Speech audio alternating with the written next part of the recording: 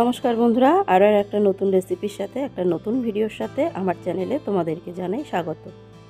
দেখো এখন শীতকাল, তো কুল তো পাওয়াই যায়, পাকা কুল আমরা জানি। তো কুলের আচার না খেলে কি করে হয়, তো কুলেরই একটা রেসিপি, কুলের আচারের রেসিপি তোমাদের সামনে আমি নিয়ে হাজির হয়েছি। তাহলে পুরো ভিডিওটা দেখার অনুরোধ রইল। চলো শুরু করা যাক। প্রথমেই আমি যেটা করেছি সেটা হলো কুলগুলোকে, পাকা কুলগুলো বাজার থেকে আনা, এই কুলগুলোকে আমি রোদে কিছুটা শুকিয়ে নিয়েছি। শুকিয়ে কুলের বোটাগুলোকে আমি ছাড়িয়ে নিচ্ছি। এবারে একটা কড়াই বসিয়ে দিয়েছি। কড়াইতে আমি প্রথমে ভাজা মশলা বানিয়ে নেব। দিয়ে দিলাম হাফ চামচ মতন গোটা জিরে, দুটো শুকনো লঙ্কা হাফ করে নিয়েছি আমি,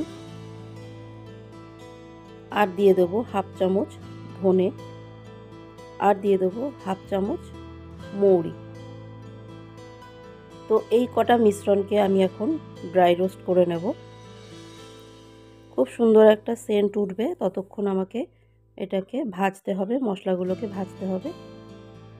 মোটামুটি মশলাগুলো ভাজা হয়ে এসছে, দেখো দেখতেই পাচ্ছ লঙ্কাগুলো ড্রাই হয়ে গেছে, রোস্ট হয়ে গেছে, মশলাটা ভাজা হয়ে গেছে। এবার আমি গ্যাসটা অফ করে দিলাম।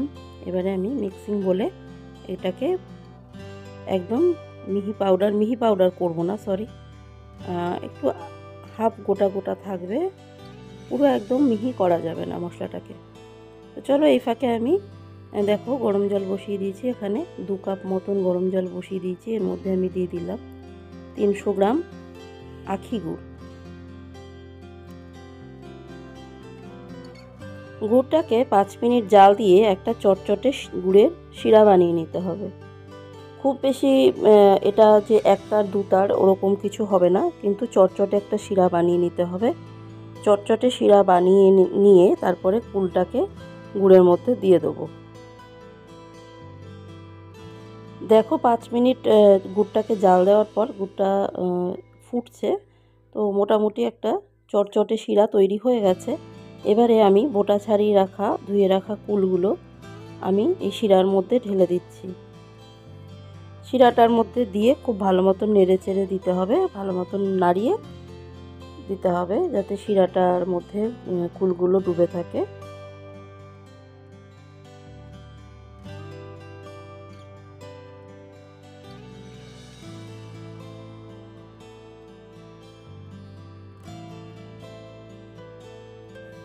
এবারে আমি দিয়ে দিচ্ছি হাফ চামচেরও কম বিট লবণ অ্যাড করছি।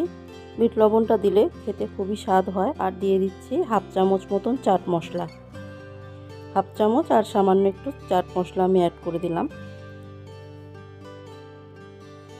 আর 2 চামচ মতন আমি দিয়ে দেব ভিনিগার।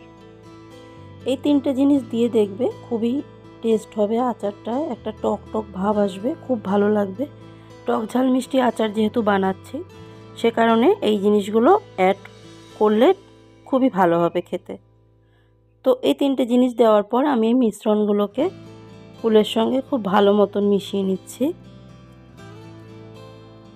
মিশ্রণগুলো খুব ভালো করে আমার কুলের সঙ্গে মেশানো হয়ে গেছে। এবারে আমি একটা ঢাকনা দিয়ে ঢেকে 10 মিনিট মতন এটাকে রান্না করব। দেখো 10 মিনিট হয়ে গেছে, কুলের আচারটা আমার প্রায় হয়ে এসছে। এবারে আমি যে জিনিসটা অ্যাড করব সেটা অত্যন্ত প্রয়োজনীয় জিনিস। সেটা হলো আমি যে ভাজা মশলাগুলো করে রেখেছিলাম, ড্রাই রোস্ট করে যে গুঁড়ো করে রেখেছিলাম, দেখো মিক্সিং জারে গুঁড়ো করে রেখেছিলাম, এই মশলাটা আমি অ্যাড করে দিলাম। তারপরে আমি এই মশলাগুলোকে আচারের সঙ্গে খুব ভালো করে মিশিয়ে নেব। খুব ভালো করে পুরো কুলগুলোর মধ্যে যেন যায়, মিশিয়ে নিয়ে আরও 2 মিনিট মতন আমি এটাকে কুক করে নেব। ভাজা মশলাগুলো খুব ভালো মতন কুলের সঙ্গে মিশিয়ে নিতে হবে। তো দেখো আমার মেশানো হয়ে গেছে ভাজা মশলাগুলো। এবারে আমি হাফ চামচ মতন গোলমরিচের গুঁড়ো অ্যাড করছি। গোলমরিচের গুঁড়োটা দিলেও খুব স্বাদ হবে খেতে। তোমরা চেষ্টা করো বাড়িতে এই রেসিপিটা করার। যদি তোমাদের ভালো লাগে রেসিপিটা, অবশ্যই একটা লাইক করো আর কমেন্টসে আমাকে জানিও। চ্যানেলটায় নতুন হয়ে থাকলে অবশ্যই চ্যানেলটা সাবস্ক্রাইব করে আমার পাশে থাকার অনুরোধ রইল। আর যারা অলরেডি আমার চ্যানেলটা সাবস্ক্রাইব করে আমার পাশে আছো তাদেরকে জানাই অসংখ্য ধন্যবাদ। তো দেখো আচারটা হয়ে গেছে। এবারে আমি একটা বলে আমি নামিয়ে নিয়েছি আচারটাকে। ভিডিওটা দেখার জন্য তোমাদেরকে জানাই অসংখ্য ধন্যবাদ। তাহলে আজকের মতন তোমাদের কাছ থেকে বিদায় নিচ্ছি। দেখা হবে একটা নতুন রেসিপির সাথে, একটা নতুন ভিডিওর সাথে।